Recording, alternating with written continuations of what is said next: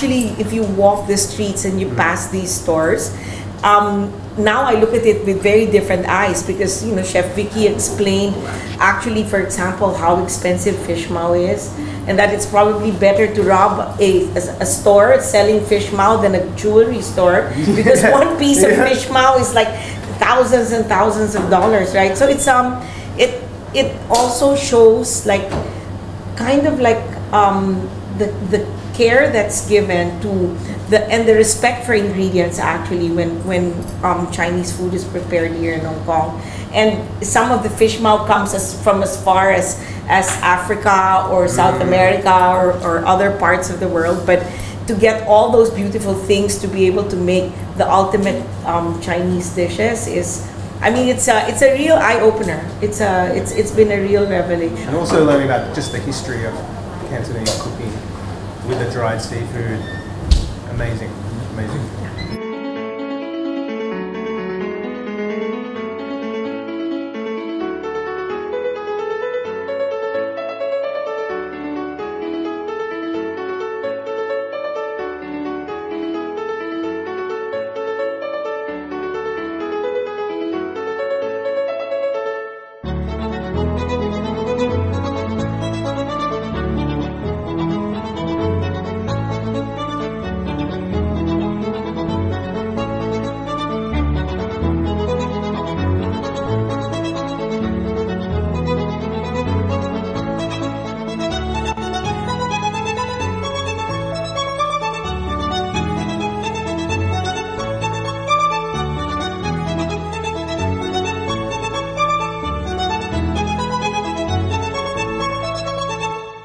Well, the last 4 days, is it? It's really been quite intense, but really, really exciting.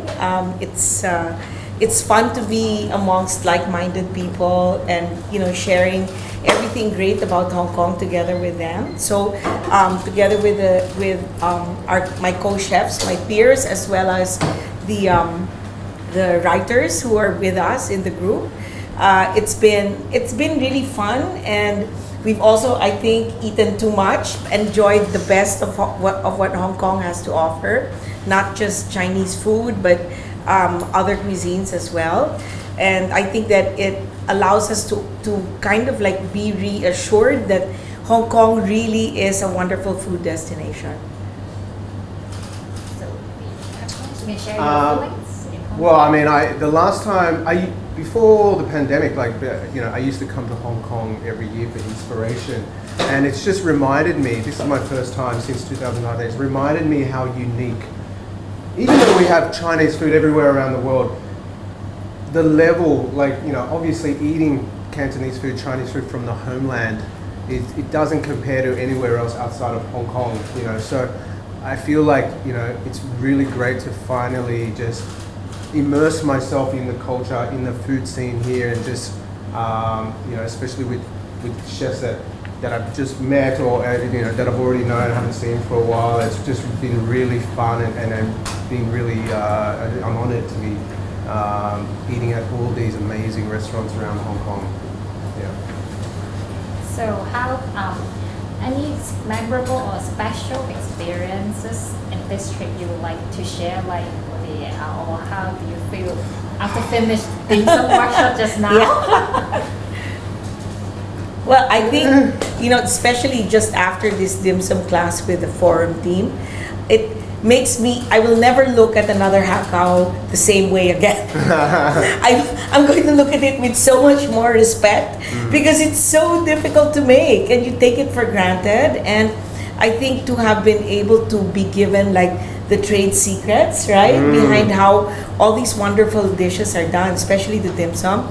I mean, that's a real blessing for us. It's priceless. Aside from that, I think the other really memorable experience was the night that we had dinner at Ando and at Mono. So these are, you know, two restaurants by two Latin American chefs who are thriving and doing great stuff in Hong Kong, and they split us up in two groups, and we didn't know that we were actually at the middle of the meal, we're going to switch places. So walking through Wellington Street and then going to Onland Street with wine glasses in our hands and meeting up in the middle. I mean, where in the world can you do that? But I guess only in Hong Kong. I mean, look, there were some first times for me, like for example, even Yongfu, like discovering Ningbo cuisine was a real eye-opener for me because I never knew about this region of China, and they really have a distinct, unique style of cuisine. Obviously the chairman I haven't been to in about 3 years, and it's really stepped up its game ever since it moved into the new venue. There's so many new dishes that I tried, which was incredible. And also to see at Wing, Vicky's version of his take on traditional Chinese food is really, really amazing. The whole experience from when he took us from the dried seafood tour to Vaya for a couple of dishes and then to Wing, for me that's like almost like a 3 Michelin star experience. Like it really was faultless from the beginning to end, with the surprise and delights of every step of the way. Really was a unforgettable experience. Actually, it's giving me goosebumps listening to Dan talk about everything that we've done, because it's like, where in the world would we have been able to experience something like this in just 4 days? That's why we're like super thankful actually to the Hong Kong Tourism Board to put this whole thing together, because it's just it also kind of showcases really quickly the breadth and the expanse of what people can enjoy in Hong Kong. And imagine, this is just a few places in Central and here in Wan Chai, and can you imagine if we go to the outskirts and go to Sai Ying Pun or go to the islands? So this was a drop in the bucket, right? So just imagine what else other people can enjoy in Hong Kong again now that it's open. Hello, we are from Thailand News. And are there anything you want to explore other than food personally? Yeah, in Hong Kong. Other than food? Yeah. Oh, I mean, you have amazing landmarks and stuff like that. I mean, usually we're chefs. We're always about the food. But in between, obviously, the shopping here is amazing. Sometimes I would go to like Mongkok's sneaker street, to get some sneakers and stuff like that.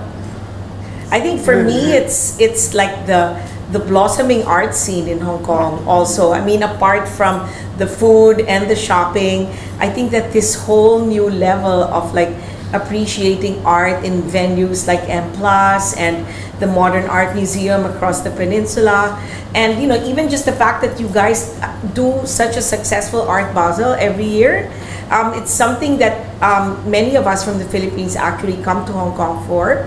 And just imagine if you can get the best of the food, get the best of the shopping, and then still get the best of art. I mean, to have seen that show of Kusama at the M+, I mean, that was priceless. So I can imagine what else, you'll be kind of showcasing in all these beautiful venues that celebrate art.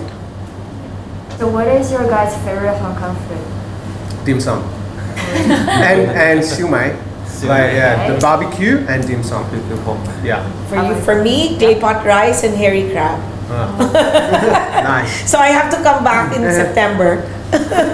And people don't realize, I believe Hong Kong has the best chicken in the world, like better than European chicken. Definitely. And to have it once more again after 4 years was just like, that yellow chicken. I missed don't get it anywhere else in the world. I missed it so much. Yeah, I missed it so much. So will you open a restaurant branch in Hong Kong? Oh, no. I would go bust. The Chinese food here is too good. Yeah. My food's not good enough. Will you incorporate some of the techniques you have learned in this trip into your menu in the restaurant? Of course. I mean, Definitely. like the crispy skin chicken, I'm going to try it as soon as I get back. Yeah, you know what I mean?